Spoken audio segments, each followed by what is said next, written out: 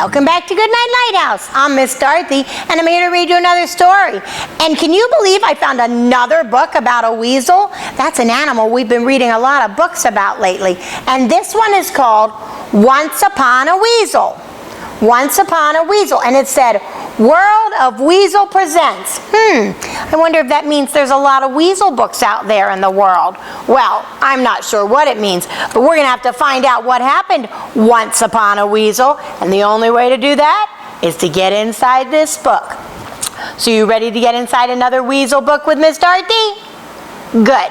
I need you to sit up and listen up, because here we go. Once Upon a Weasel, written by Salvo Lavis and James Munn, illustrated by Dave Leonard. When I was a kid, I had a pet weasel. I think that's a rather unusual animal for a kid to have, but I was rather an unusual kid. Before the weasel came into my life, it was just me and my mom and pop. We lived in the city above a hat shop, which my parents owned. Oh, look, there's the hat shop, and that's where they live. I didn't play much with kids at my school. I had to help Mom and Pop in the hat shop most of the time. It was supposed to teach me responsibility, whatever that was. Some nights, when the moon was out, I would stare up at it and imagine rocketing around the universe. I didn't have a lot of friends or many adventures, but I did dream a lot, mainly about outer space and how big it must be up there, and how certainly my world of school and homework and the hat shop would seem so tiny if only I could get there. Wow, he dreamed of being an astronaut and flying up to the moon in a rocket. One day, Mom and Pop sent me on an errand to buy some odds and ends for the store. On the way back, something caught my eye. It looks like he's looking in a pet store window. He had big eyes, soft orange fur, and a playful nature. It's a weasel. I loved him right away. That first night, I snuck the weasel into my room. I made a little bed for him and gave him some food. I don't think he told Mom and Dad about it. I soon realized how rambunctious weasels are. Look, weasels jumping all over the room, going under the bed, playing on the pillow. Weasels can be pretty wild. I imagined all sort of adventures we could have together. The weasel would be my little secret.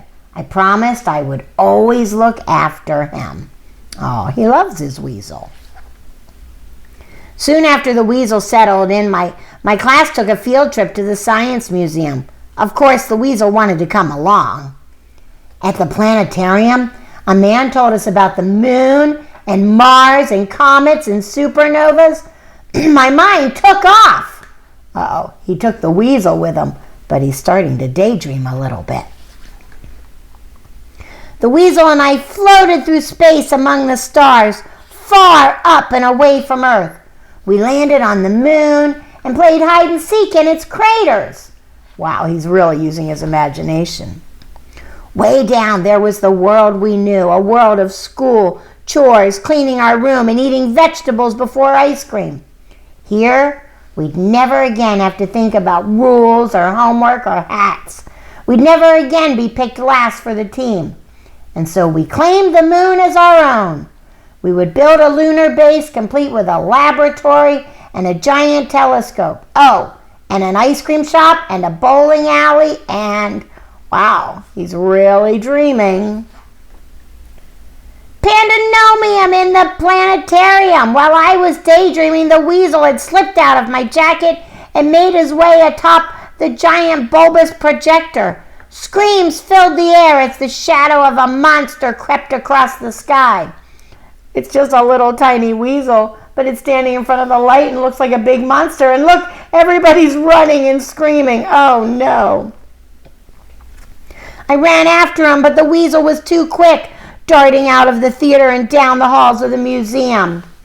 Oh, no, look, he's running everywhere.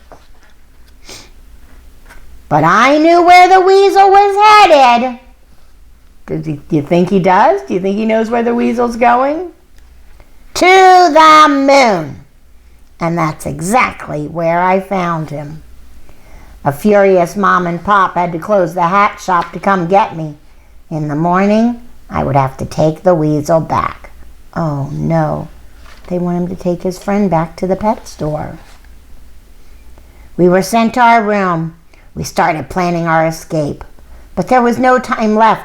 We had to launch or the weasel would be lost for good. The countdown began. 5, 4, 3, 2, 1. Is he going to take off in his rocket ship? We were free. But the farther from Earth we flew, the more lonely everything became. Maybe we weren't ready to live out here just yet. I was beginning to feel I had to come back down to Earth. I still had work to do. I loved Mom and Pop, and I wanted them to love the weasel. So I did the only thing that would make this happen.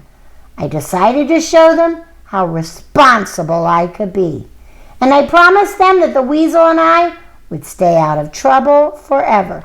Now he's doing it right. He's not hiding it from Mom and Dad. He's going to show Mom and Dad that he can be responsible. That night, Mom and Pop tucked us both into bed. The moon outside our window was full. We didn't sleep a wink. Wow, that was a good book about a weasel. That boy really, really wanted a weasel. He tried to hide it from Mom and Dad. He shouldn't have done that. And then Mom and Dad weren't going to let him keep the weasel. But all he had to do was show them that the weasel was nice and ask them nicely, and Mom and Dad let him keep the weasel. Don't try to hide things from your Mom and Dad. Just be honest and ask them if you want something. If it's something that they think you should have, they'll say yes. And then you can go on wild adventures just like the boy and his weasel. He had quite an imagination, and they had a lot of fun. And I was glad that we got to go along. I think I'm going to go see if there's more weasel books out there we can read. But not tonight, because tonight it's time for you and me to go to bed. I need you to get under your covers, get cuddled up, curled up, ready for a really good night's sleep. And tomorrow, when you're out with your imagination and your weasel, and Mom tells you it's time to do something different, obey and obey right away. And then come back and see Miss Dorothy. I'm going to be sitting right here, ready to read another book to you. Bye! Thanks for reading with Miss Dorothy. I hope you enjoyed this book, and I hope you'll come back soon to read another. What's your favorite book? Drop Miss Dorothy a note and let me know. I'll go find it, and I'll read it to you. Be sure to subscribe, like, and share. I'll see you soon.